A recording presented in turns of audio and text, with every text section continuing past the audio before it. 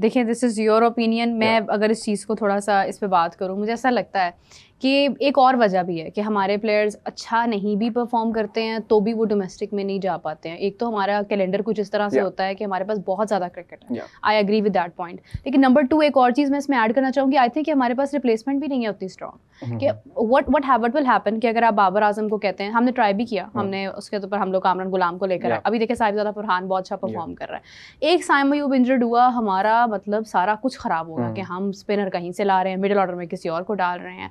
तो हमारी ये भी प्रॉब्लम है कि अगर फॉर इंस्टेंस हम किसी सीरीज़ में हम कहते हैं कि हमारा शाहीन, बाबर, नसीम शाह, ये सब प्लेयर्स जो हैं ये डोमेस्टिक खेल रहे होंगे इस दौरान, ये पूरा साल हम इनको डोमेस्टिक का दे देते हैं, ये अपनी फॉर्म ठीक कर लें, अपनी मिस्टेक्स ठीक कर लें और हम लोग यहाँ पे इन लोगों को खिला देंगे, लेकिन हमारे पास वो लोग भी नहीं है। लेकिन मीरब उसके अंदर 2 जगह आपने अभी बातें की, एक तो नंबर 1 जो साइम अयूब की आपने बात की, साइम अयूब की इंजरी इतना बड़ा इशू नहीं था जितना पीसीबी ने बना दिया था। आप देखें आप चैंपियंस ट्रॉफी क्यों हारे, और ये आपके शो पे तब मैं आता था, तब भी हम ये बात करते थे कि आपको स्पेशलिस्ट ओपनर्स लेके जाने थे। उस्मान खान था, तैयब ताहिर था, आपके चलें उस्मान खान, तैयब ताहिर तो उस तरह से एस्टैब्लिश्ड ओपनर्स नहीं है, लेकिन आपको शान मसूद पड़े हुए थे, आपके पास इमाम उल हक पड़े हुए थे, आपके पास बाकी ओपनर्स पड़े हुए थे जिनको आपने नहीं खिलाया, उनको आपने कब खिलाना था। तो बात यह कि जब आप स्पेशलिस्ट ओपनर्स ही नहीं खेलाओगे तो आपके साथ फिर जो हुआ चैंपियंस ट्रॉफी में वो यही होना था।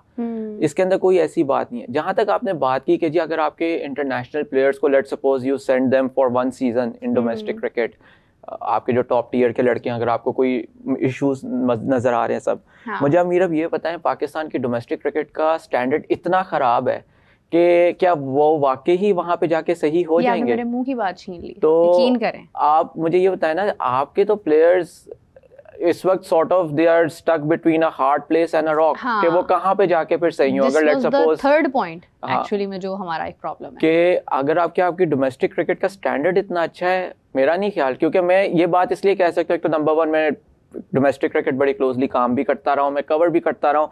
अभी रिसेंट नेशनल T20 में I was involved in national T20, तो मैंने तो बहुत सी चीज़ें बहुत क्लोजली देखी हैं।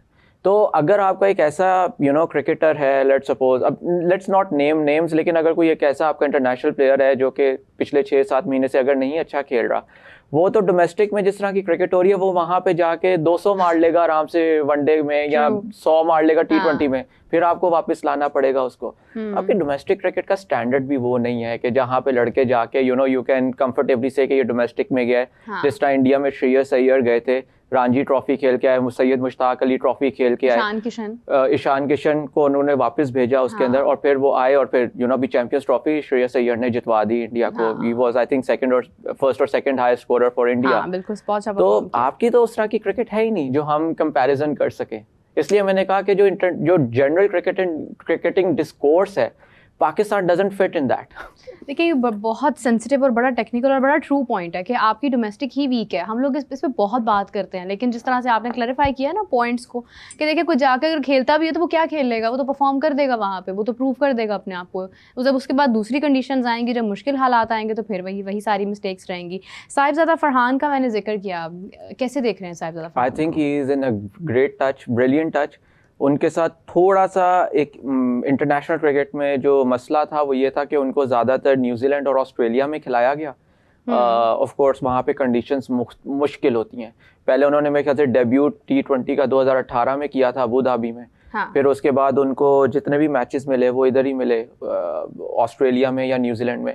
तो I think he is in prime touch. और पाकिस्तान के लिए बड़ी खुशाइन बात ये इसलिए है क्योंकि अभी जिस तरह मैंने पहले कहा 5 महीने में एशिया कप है और 1 साल के अंदर T20 वर्ल्ड कप है।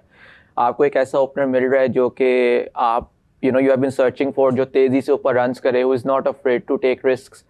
तो आप अगर इनको अब कैटेगरी अगर आप इनको साइम अयूब को, फ़खर जमान को, आप तीनों को एज योर पोटेंशियल ओपनर्स लेके चलते हो, you still have 22-25 matches before the T20 world cup. मेरे ख्याल से एम्पल टाइम फ्रेम है जिसमें आप इन तीनों को यूज़ कर सकते हो। आप देख सकते हो कि हमारा प्राइमरी ओपनिंग पेयर कौन सा होगा, और अगर आप if you are able to nail that तो मेरे ख्याल से ये बड़ा पाकिस्तान के लिए अच्छा होगा। बिल्कुल सही बात है। ऐसे ना सलमान अली आगा की भी थोड़ी सी इंजरी हुई है उनको, लाइक आई गेस के कोई पेन निकल आई है शायद पट्ठों में या पता नहीं कहाँ पर, वो भी कुछ प्रॉब्लम उनके साथ चल रही है, जिस वजह से वो 2 मैचेस में अवेलेबल भी नहीं होंगे। सलमान अली आगा से मेरे माइंड में कैप्टेंसी को लेके सवाल आता है कि जो भी प्लेयर हम देखते हैं जो एज अ कैप्टन है, वो उसकी कोशिश होती है कि मैं ओपन में आ जाऊँ, मैं ओपन कर लूँ, लेकिन वही प्लेयर्स आपको पता है अभी ओपनिंग ही हमारा सबसे बड़ा मसला था चैंपियंस ट्रॉफी में।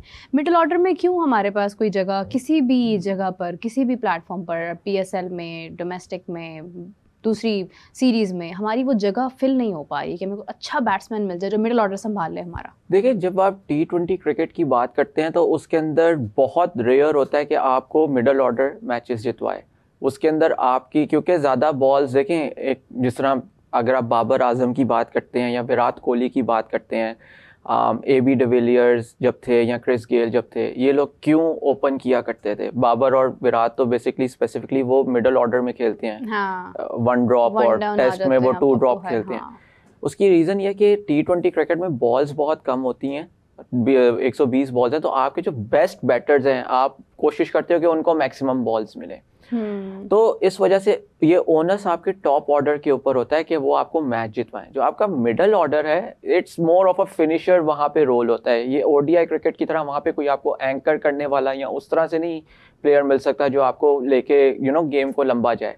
अब ऑफ लेट मसला ये है पाकिस्तान क्रिकेट बोर्ड के अंदर, जब आपने, ये मुझे याद है, I think this was England series, England के बाद जब हमारी ODI सीरीज आ रही थी फॉर जिम्बाब्वे, उसके अंदर बहुत ज्यादा हमने चॉपिंग एंड चेंजिंग की थी।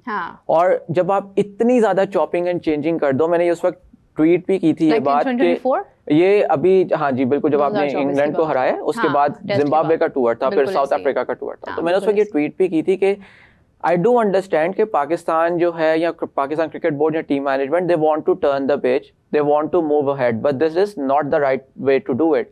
क्योंकि जब आप इतनी ज्यादा चेंजेस कर दोगे, किसी को नहीं पता होगा कि अब मेरा रोल क्या है। अच्छा, अगर मैं एक पर्टिकुलर नंबर पे आ रहा हूँ तो क्या मैं यहाँ पे कितना अरसा खेलूंगा?